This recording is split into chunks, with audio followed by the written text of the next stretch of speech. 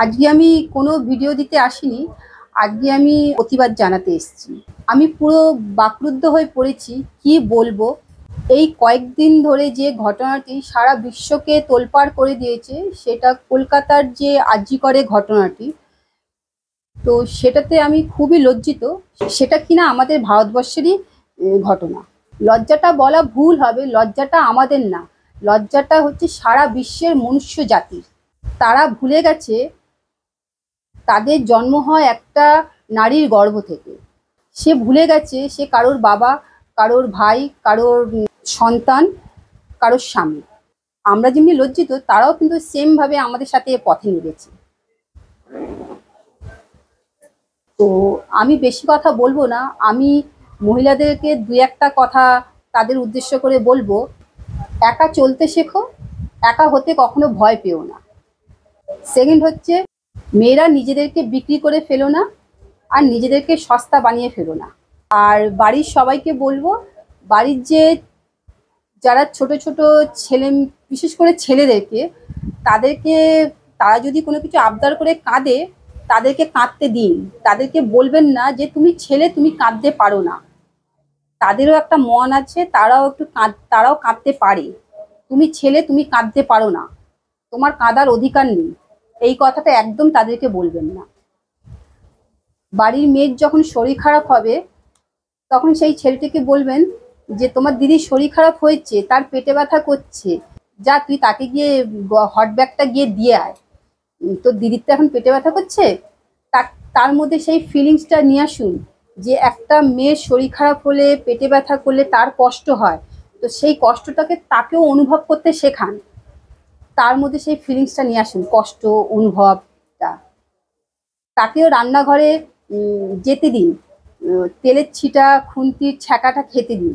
তাহলে সে বুঝতে পারবে মা দিদিদের ওই রান্নাঘরের মধ্যে থেকে যে কি কষ্টটা। তেলের ছ্যাঁকাটা খেলে সেই ছ্যাঁকার যে উহ, যে কষ্টটা, সেটা সেই ছোট ছেলেটাকে ছোটবেলা থেকে অনুভব করতে শেখান। তাহলে না, সে কাউকে আঘাত করতে গেলে না, সে ওই আঘাতটা না বুঝতে পারবে, যে কাউকে আঘাত করতে গেলে, ব্যথা দিতে গেলে তারও একটা কষ্ট হয়। আমরা সেটা না ছোটবেলা থেকে করি না। আমরা সবসময় বলি ও তো ছেলে, ওর এটা করা উচিত না, ওর ছেলে, ওকে এই জিনিসটা দেওয়া উচিত, ওকে গাড়ি দেওয়া উচিত, ও ইঞ্জিনিয়ার হবে, ও এটা হবে। আমরা তাকে ছোটবেলা থেকে আমরা ডিভাইড করে দিই। প্লিজ এটা করবেন না। তো এই দুই একটা জিনিস। আর অনেক কিছু বলার আছে, কিন্তু সব কথা তো সবসময় বলা যে হয়ে ওঠে না এই অল্প সময়ের মধ্যে। আর আরেকটা কথা বলবো, সেটা হচ্ছে যে আমরা মানে একটা নারী পুরুষ একটা সন্তানকে যখন জন্ম দিই, সেই সন্তানটা হচ্ছে যেমনি বাবা মায়ের ভবিষ্যৎ, সে কিন্তু আমাদের দেশেরও ভবিষ্যৎ। দেশের সম্পত্তিকে যদি আমরা এইভাবে নষ্ট করে ফেলি, তো বুঝতে তো পারছেন আগামী দিনে মানে বাবা মারা ছেলে মেয়েকে বাইরে পাঠাতে ভয় পাবে।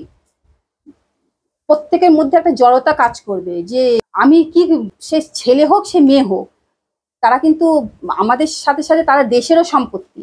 তো সেই জিনিসটা একদম করবেন না। আর যারা আমরা প্রতিবাদ জানাই, মানে এর ঘোর প্রতিবাদ জানাই, তাই তো? হ্যাঁ, আবার কি এই জিনিসটা কেউই মেনে নিতে পারে না। কেউ মেনে নিতে পারছি না, আমরা তো মানতেই পারছি না। কেন আমরা কর্মক্ষেত্রে যখন যাই, আমরা এটাকে যখন আমাদের ফার্স্ট প্রায়োরিটি দিই, এই ঘরটাকে, আমরা আমাদের কর্মক্ষেত্রের জায়গাটাকেও আমরা সেকেন্ড প্রায়োরিটি দিই, মানে ওটাও আমাদের সেকেন্ড হোম আমরা মানি, কারণ আমাদেরও ওখানেই ম্যাক্সিমাম সময়টাকে কাটাতে হয়। এটা তো খুবই জঘন্যতম ঘটনা। এই ঘটনার কি আর কোনো ভাষা আছে বলার মতো? তো আর কিছু বলার নেই। আমার মনে হয় আমরা এটার তীব্র প্রতিবাদ জানাই, তাই জন্য আজকে আমরা আমাদের রেগুলারের ভিডিও করলাম না। আজকে আমরা শুধু এটার প্রতিবাদ জানাতেই এসেছি আপনাদের। আমরা চাই এমন শাস্তি দেওয়া হোক তাদেরকে, যে ভবিষ্যতে যদি এরকম কেউ যদি জঘন্যতম যদি অপরাধ যদি কেউ করে, সে যাতে সেকেন্ড টাইম ভাবে। তাহলে আর আমাদের কিছু বিশেষ বলার নেই। খালি আমরা আমাদের তরফ থেকে এটাই চাইবো, আজ যে ঘটনাটা ঘটেছে বা এরকম আরো সারা ভারতবর্ষ জুড়েই ঘটনাগুলো ঘটে যায়, আমরা তো সব খবর রাখতে পারি না।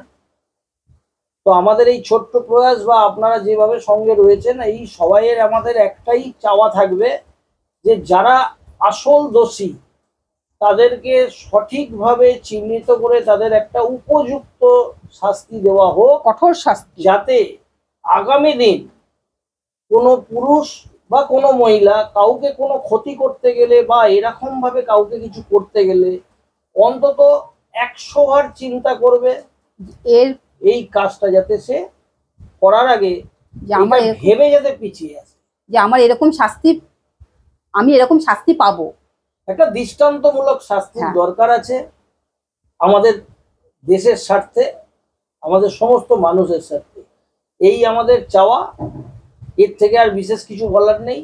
তাহলে এই চাওয়াটুকু রেখে আমরা মেয়েটির পাশে থেকে তাহলে এর আমরা তীব্র প্রতিবাদ জানিয়ে আমরা বিদায় নিচ্ছি। বিদায় নিচ্ছি। নমস্কার।